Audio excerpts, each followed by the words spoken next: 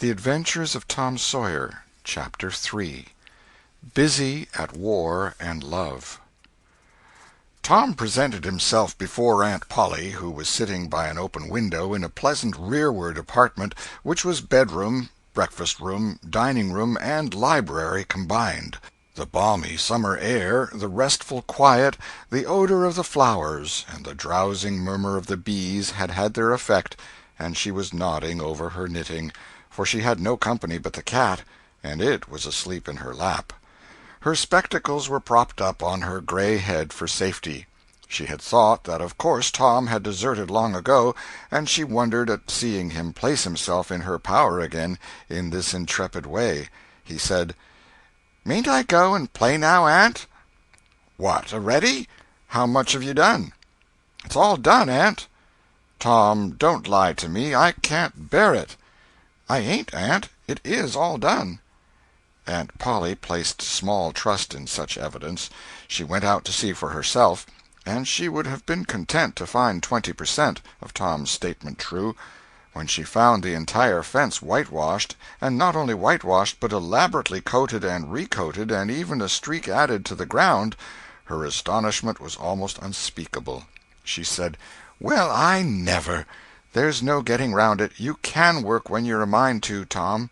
And then she diluted the compliment by adding, "But it's powerful seldom you're a mind to, I'm bound to say.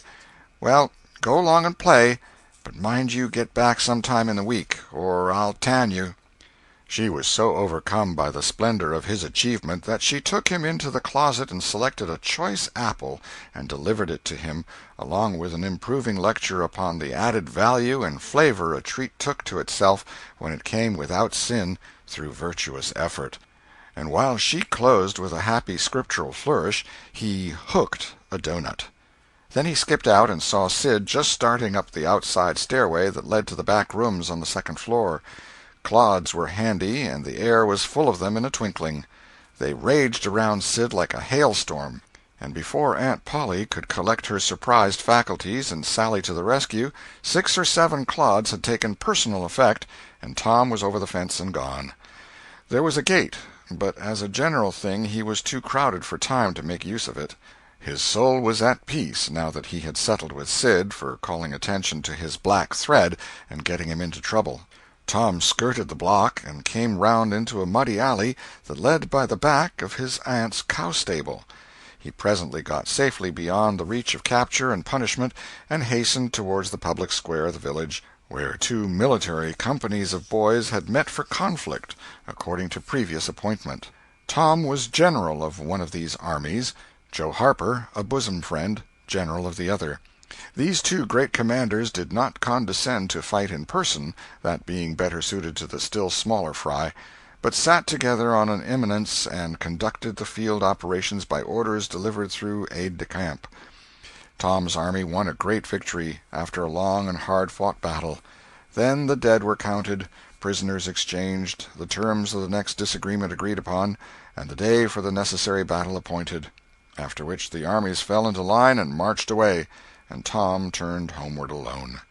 As he was passing by the house where Jeff Thatcher lived, he saw a new girl in the garden, a lovely little blue-eyed creature with yellow hair plaited into 2 long tails, white summer frock, and embroidered pantalettes.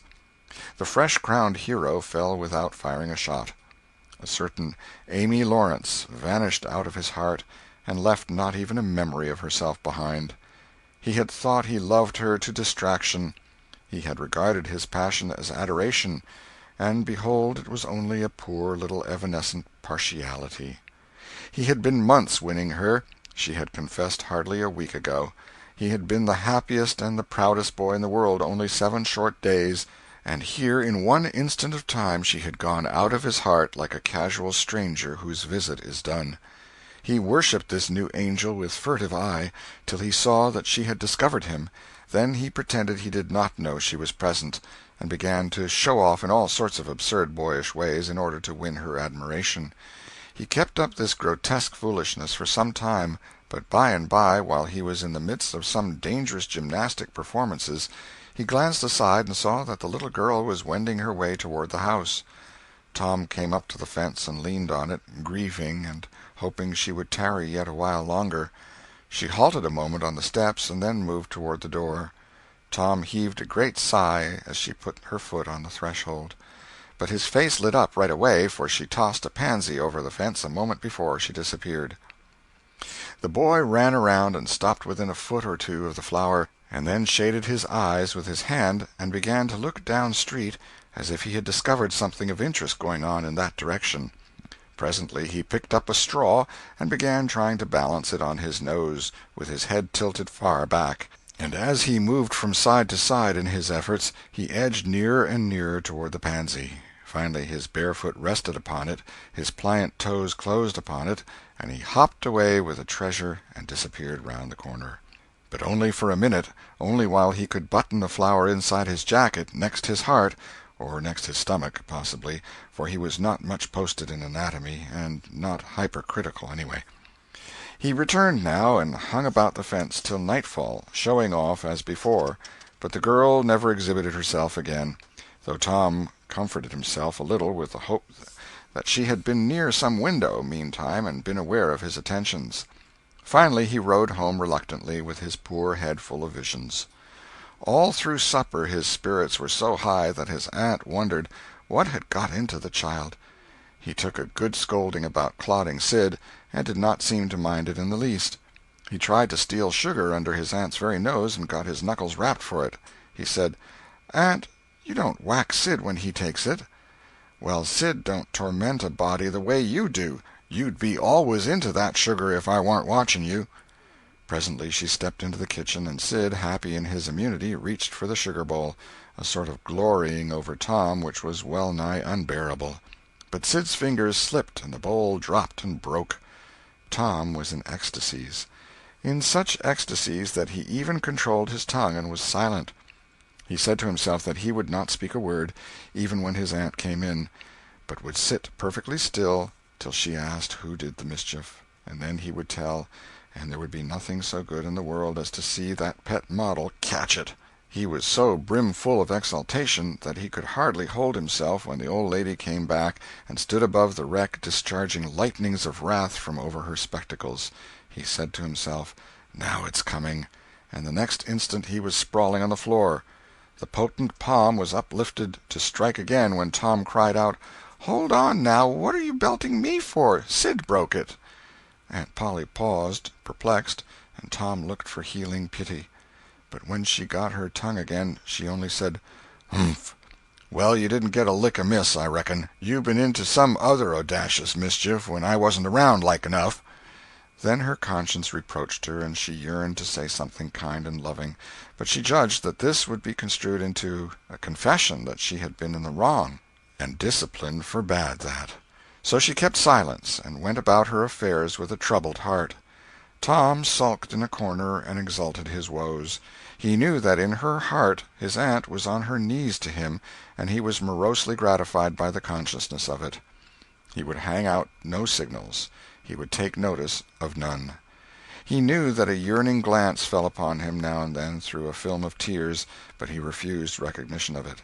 He pictured himself lying sick unto death, and his aunt bending over him beseeching one little forgiving word, but he would turn his face to the wall and die with that word unsaid. Ah, how would she feel then? And he pictured himself brought home from the river, dead, with his curls all wet and his sore heart at rest. How she would throw herself upon him, and how her tears would fall like rain, and her lips pray God to give her back her boy, and she would never, never abuse him any more. But he would lie there, cold and white, and make no sign, a poor little sufferer whose griefs were at an end. He so worked upon his feelings with the pathos of these dreams that he had to keep swallowing, he was so like to choke, and his eyes swam in a blur of water which overflowed when he winked, and ran down and trickled from the end of his nose. And such a luxury to him was this petting of his sorrows that he could not bear to have any worldly cheeriness or any grating delight intrude upon it. It was too sacred for such contact, and so, presently, when his cousin Mary danced in, all alive with the joy of seeing home again after an age-long visit of 1 week to the country, he got up and moved in clouds and darkness out at one door as she brought song and sunshine in at the other. He wandered far from the accustomed haunts of boys, and sought desolate places that were in harmony with his spirit. A log raft in the river invited him, and he seated himself on its outer edge and contemplated the dreary vastness of the stream, wishing the while that he could only be drowned, all at once and unconsciously, without undergoing the uncomfortable routine devised by nature. Then he thought of his flower. He got it out, rumpled and wilted, and it mightily increased his dismal felicity. He wondered if she would pity him if she knew. Would she cry, and wish that she had a right to put her arms round his neck and comfort him? Or would she turn coldly away like all the hollow world?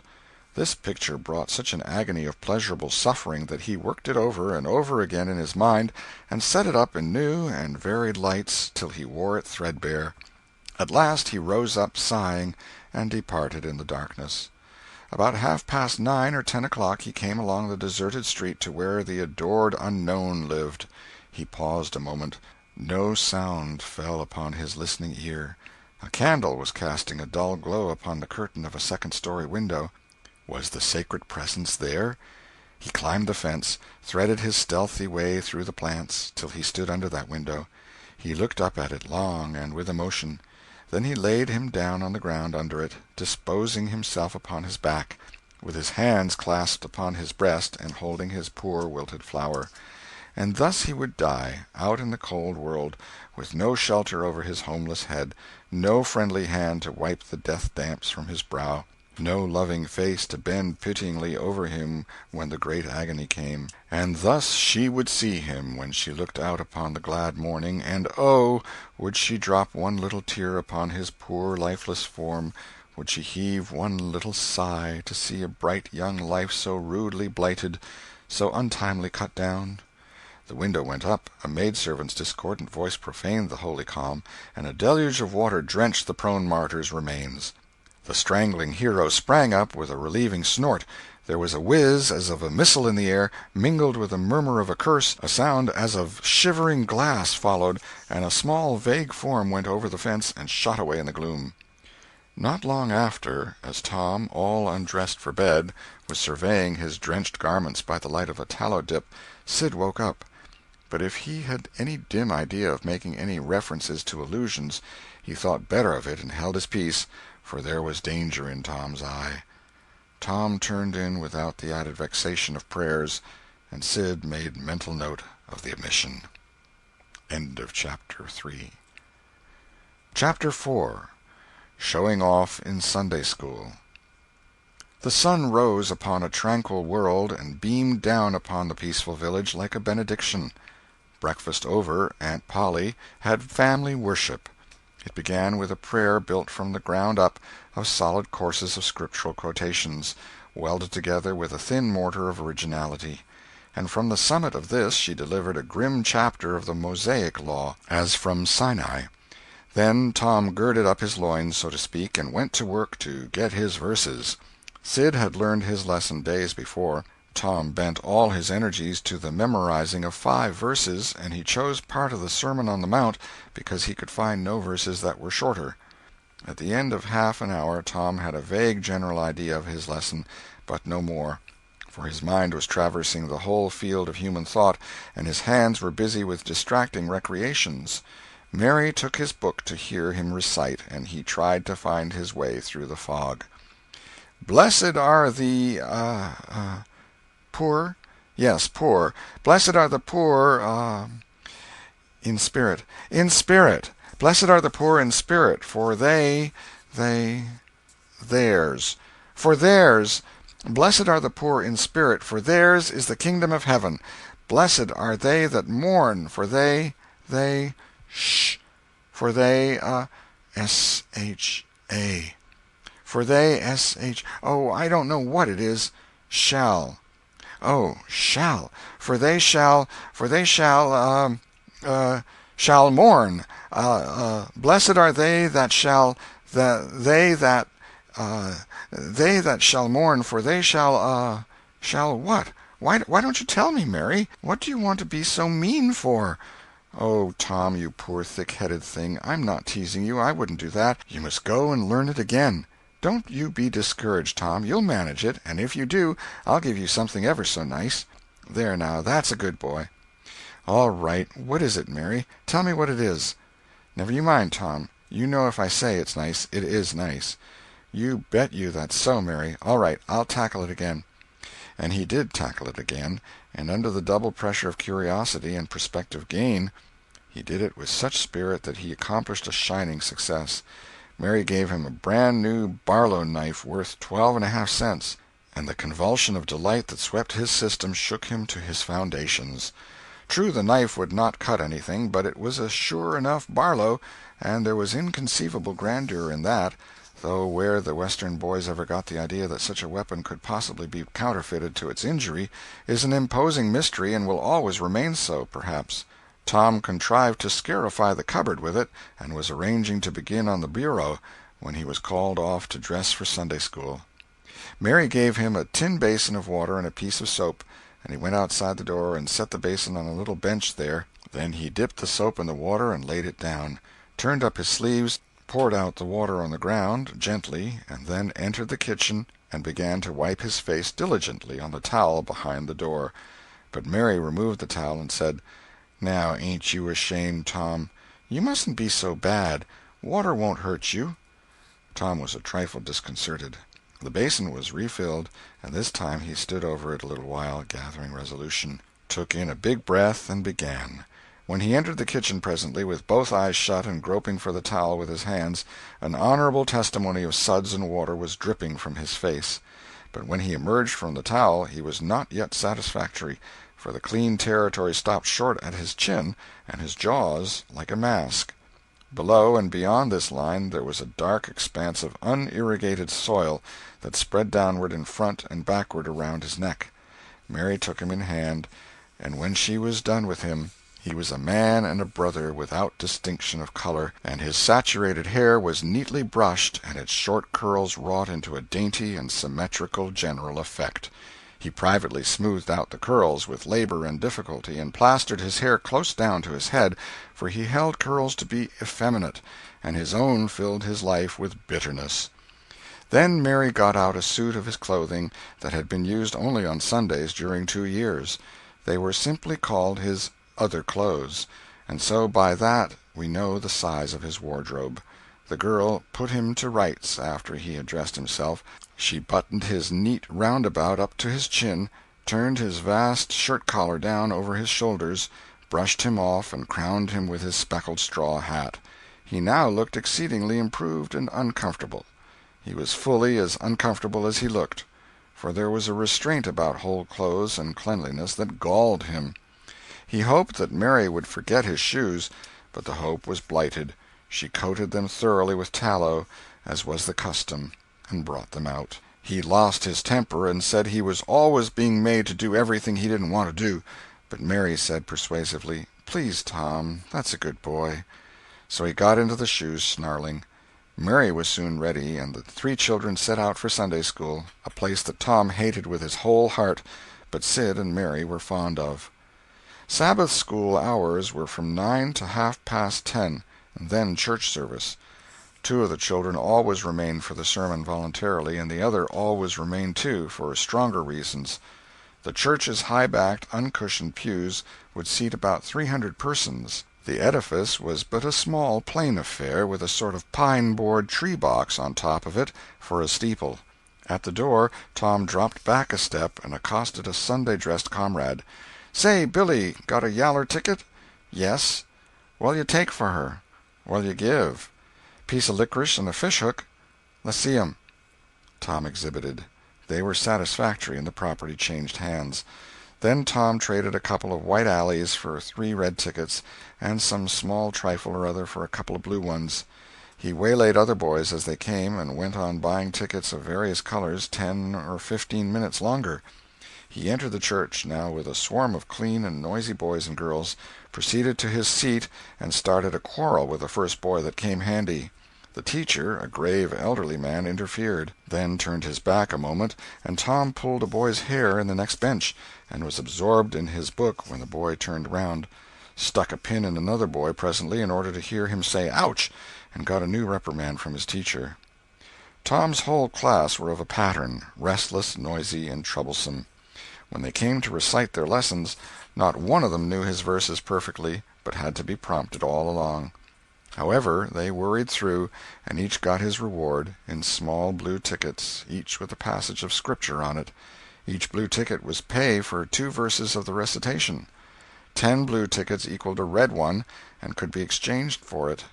10 red tickets equaled a yellow one. For 10 yellow tickets the superintendent gave a very plainly bound Bible, worth 40 cents in those easy days, to the pupil.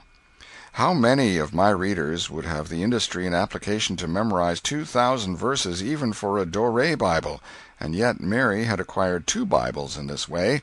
It was the patient work of 2 years. And a boy of German parentage had won 4 or 5. He once recited 3,000 verses without stopping. But the strain upon his mental faculties was too great, and he was little better than an idiot from that day forth. A grievous misfortune for the school, for on great occasions before company the superintendent, as Tom expressed it, had always made this boy come out and spread himself. Only the older pupils managed to keep their tickets and stick to their tedious work long enough to get a Bible, and so the delivery of one of these prizes was a rare and noteworthy circumstance. The successful pupil was so great and conspicuous for that day that on the spot every scholar's heart was fired with a fresh ambition that often lasted a couple of weeks. It is possible that Tom's mental stomach had never really hungered for one of those prizes, but unquestionably his entire being had for many a day longed for the glory and the éclat that came with it. In due course the superintendent stood up in front of the pulpit with a closed hymn-book in his hand and his forefinger inserted between its leaves, and commanded attention. When a Sunday-school superintendent makes his customary little speech, a hymn-book in the hand is as necessary as is the inevitable sheet of music in the hand of a singer who stands forward on the platform and sings a solo at a concert. Though why is a mystery, for neither the hymn-book nor the sheet of music is ever referred to by the sufferer. This superintendent was a slim creature of 35, with a sandy goatee and short sandy hair.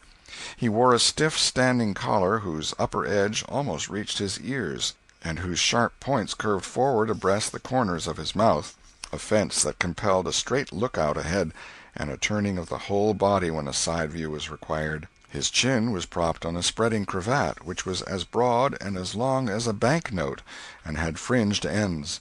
His boot-toes were turned sharply up, in the fashion of the day, like sleigh-runners, an effect patiently and laboriously produced by the young men by sitting with their toes pressed against a wall for hours together. Mr. Walters was very earnest of mien, and very sincere and honest at heart, and he held sacred things and places in such reverence, and so separated them from worldly matters, that unconsciously to himself his Sunday-school voice had acquired a peculiar intonation which was wholly absent on weekdays. He began after this fashion: "Now, children, I want you all to sit up just as straight and pretty as you can and give me all your attention for a minute or two. There, that is it. That is the way good little boys and girls should do. I see one little girl who is looking out of the window. I am afraid she thinks I am out there somewhere, perhaps up in one of the trees making a speech to the little birds." Applausive titter. "I want to tell you how good it makes me feel to see so many bright, clean little faces assembled in a place like this, learning to do right and be good," and so forth and so on. It is not necessary to set down the rest of the oration. It was of a pattern which does not vary, and so it is familiar to us all. The latter third of the speech was marred by the resumption of fights and other recreations among certain of the bad boys, and by fidgetings and whisperings that extended far and wide, washing even to the bases of isolated and incorruptible rocks like Sid and Mary. But now every sound ceased suddenly, with the subsidence of Mr. Walters' voice, and the conclusion of the speech was received with a burst of silent gratitude. A good part of the whispering had been occasioned by an event which was more or less rare, the entrance of visitors. Lawyer Thatcher, accompanied by a very feeble and aged man, a fine, portly, middle-aged gentleman with iron-gray hair, and a dignified lady who was doubtless the latter's wife. The lady was leading a child. Tom had been restless and full of chafings and repinings, conscience-smitten, too. He could not meet Amy Lawrence's eye, he could not brook her loving gaze. But when he saw this small newcomer his soul was all ablaze with bliss in a moment. The next moment he was showing off with all his might, cuffing boys, pulling hair, making faces, in a word, using every art that seemed likely to fascinate a girl and win her applause. His exaltations had but one alloy, the memory of his humiliation in this angel's garden, and that record in sand was fast washing out under the waves of happiness that were sweeping over it now. The visitors were given the highest seat of honor, and as soon as Mr. Walters's speech was finished he introduced them to the school. The middle-aged man turned out to be a prodigious personage, no less a one than the county judge, altogether the most august creation these children had ever looked upon, and they wondered what kind of material he was made of, and they half wanted to hear him roar, and were half afraid he might, too. He was from Constantinople, 12 miles away, so he had traveled, and seen the world. These very eyes had looked upon the county courthouse, which was said to have a tin roof. The awe which these reflections inspired was attested by the impressive silences and the ranks of staring eyes. This was the great Judge Thatcher, brother of their own lawyer. Jeff Thatcher immediately went forward to be familiar with the great man and be envied by the school. It would have been music to his soul to hear the whisperings, "Look at him, Jim, he's a-going up there. Say, look, he's a-going to shake hands with him. He is shaking hands with him. By jings, don't you wish you was Jeff?" Mr. Walters fell to showing off, with all sorts of official bustlings and activities, giving orders and delivering judgments, discharging directions here, there, everywhere that he could find a target. The librarian showed off, running hither and thither with his arms full of books, and making a deal of the splutter and fuss that insect authority delights in. The young lady teachers showed off, bending sweetly over pupils that were lately being boxed, lifting pretty warning fingers at bad little boys, and patting good ones lovingly. The young gentlemen teachers showed off with small scoldings and other little displays of authority and fine attention to discipline, and most of the teachers of both sexes found business up at the library by the pulpit. And it was business that frequently had to be done over again 2 or 3 times, with much seeming vexation. The little girls showed off in various ways, and the little boys showed off with such diligence that the air was thick with paper wads and the murmur of scuffling. And above it all, the great man sat and beamed a majestic judicial smile upon all the house, and warmed himself in the sun of his own grandeur, for he was showing off, too. There was only one thing wanting to make Mr. Walters' ecstasy complete, and that was a chance to deliver a Bible prize and exhibit a prodigy. Several pupils had a few yellow tickets, but none had enough, and he had been around among the star pupils inquiring. He would have given worlds now to have that German lad back again with a sound mind. And now at this moment, when hope was dead, Tom Sawyer came forward with 9 yellow tickets, 9 red tickets, and 10 blue ones, and demanded a Bible. This was a thunderbolt out of a clear sky. Walters was not expecting an application from this source for the next 10 years, but there was no getting around it. Here were the certified checks, and they were good for their face. Tom was therefore elevated to a place with the judge and the other elect, and the great news was announced from headquarters. It was the most stunning surprise of the decade, and so profound was the sensation that it lifted the new hero up to the judicial one's altitude, and the school had 2 marvels to gaze upon in place of one. The boys were all eaten up with envy, and those that suffered the bitterest pangs were those who perceived too late that they themselves had contributed to this hated splendor by trading tickets to Tom for the wealth he had amassed in selling whitewashing privileges. These despised themselves as being the dupes of a wily fraud, a guileful snake in the grass. The prize was delivered to Tom with as much effusion as the superintendent could pump up under the circumstances, but it lacked somewhat of the true gush, for the poor fellow's instinct taught him that there was a mystery here that could not well bear the light, perhaps. It was simply preposterous that this boy had warehoused 2,000 sheaves of scriptural wisdom on his premises. A dozen would strain his capacity, without a doubt. Amy Lawrence was proud and glad, and she tried to make Tom see it in her face, but he wouldn't look. She wondered. Then she was just a grain troubled. Next, a dim suspicion came and went, came again. She watched. A furtive glance told her worlds, and then her heart broke, and she was jealous and angry, and the tears came, and she hated everybody. Tom most of all, she thought. Tom was introduced to the judge, but his tongue was tied, his breath would hardly come, his heart quaked, partly because of the awful greatness of the man, but mainly because he was her parent. He would have liked to fall down and worship him if it were in the dark. The judge put his hand on Tom's head and called him a fine little man, and asked him what his name was. The boy stammered, gasped, and got it out. "Tom." "Oh, no, not Tom. It is Thomas." "Ah, that's it. I thought there was more to it, maybe. That's very well. But you've another one, I dare say, and you'll tell it to me, won't you?" "Tell the gentleman your other name, Thomas," said Walters, "and say 'sir.' You mustn't forget your manners." "Thomas Sawyer, sir." "That's it. That's a good boy. Fine manly little fellow. 2,000 verses is a great many, very, very great many, and you never can be sorry for the trouble you took to learn them. For knowledge is worth more than anything there is in the world. It's what makes great men and good men.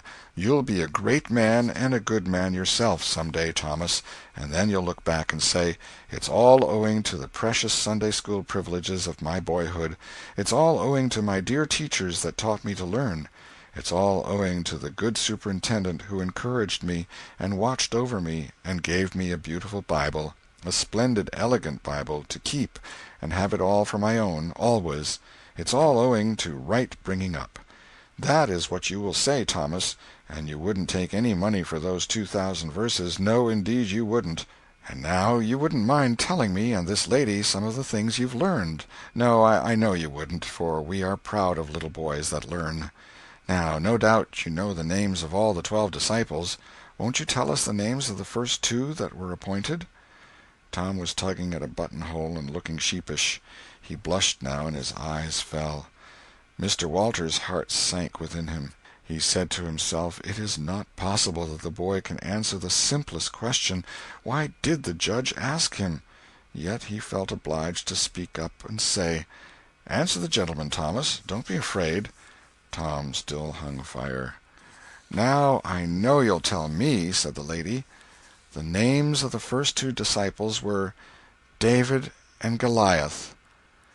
Let us draw the curtain of charity over the rest of the scene. End of chapter 4.